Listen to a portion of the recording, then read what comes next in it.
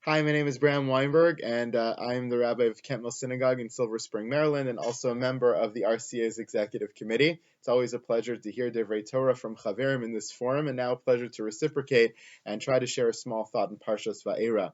In his introduction to how to speak so the people will listen, Steve Brown says, on any given day, you will hear thousands upon thousands of words spoken by a whole lot of people. The odds are that you won't remember what most of those words communicated. Not only that, during any given day you will speak thousands of words, and few people will even understand or remember what words were communicated. There's much to think about in terms of this statement, the breakdown of communication, the failure to speak, the failure to listen. That breakdown in communication certainly colors the entirety of the introduction of the relationship between Moshe and Bnei Israel.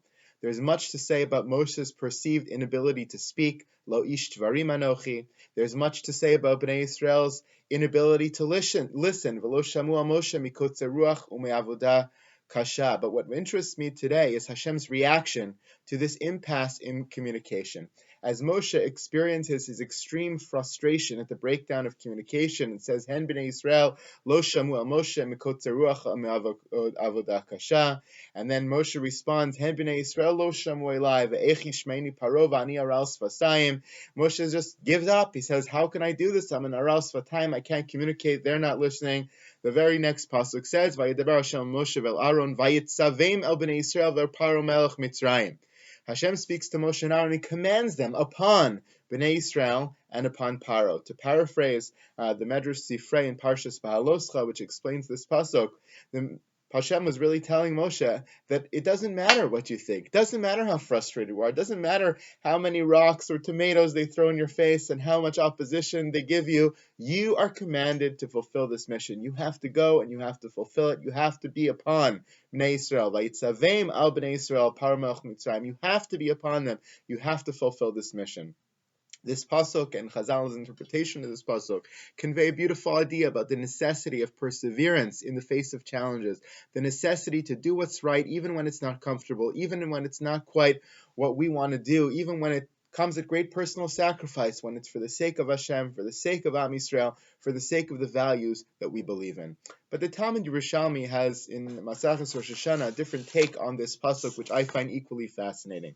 The Yerushalmi picks up on the fact that after Vayetzavim al Bnei Israel, no special command is given to Moshe and Aaron about what they're to do or what they're to say or what they are to teach. It was simply Vayetzavim in a vacuum. You are commanded to be upon them. So the Yerushalmi interjects and says, Amr Rav Shmuel bar Yitzchak al Matzivam al Parsha Shiluach Avadim, that in that particular moment they were commanded with the mitzvah of Shiluach Avadim.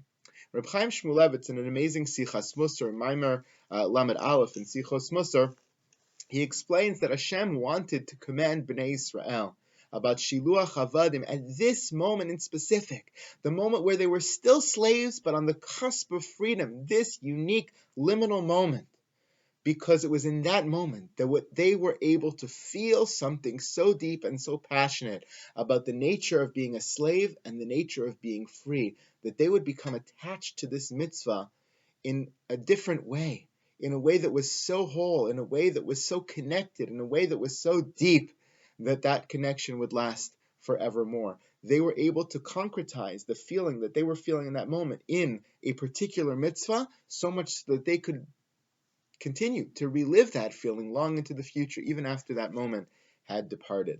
Reb Chaim beautifully broadens this idea and says that what we learn from here is that we all experience spiritual highs, but they're few and far between.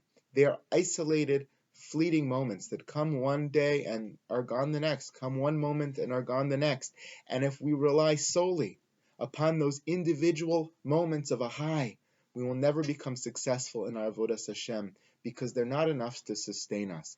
Our task is to take advantage of the highs that we experience and concretize them into particular actions, in particular rituals, in particular details, so that we can preserve that feeling and continue to revisit that feeling time and time again, long after the moment is gone. He says, L'chol Adam regaim shel hisorerus. We all have these experiences of a high, of a closeness to HaKadosh Baruch Hu.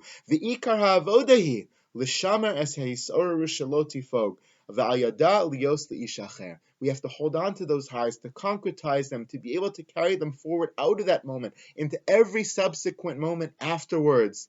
And that's how you truly grow as an Eved Hashem. That's how you become Le'ish Acher. You become transformed into an entirely different individual. The highs that we experience are enough sometimes to sustain us for the rest of our lives, but only if we take advantage of them and concretize them in a way that we can carry them forward, in a way that they're not wasted, in a way that when the moment passes, they still remain a part of us and have changed us so deeply that we continue to experience them over and over, coming ever closer to HaKadosh Baruch Hu.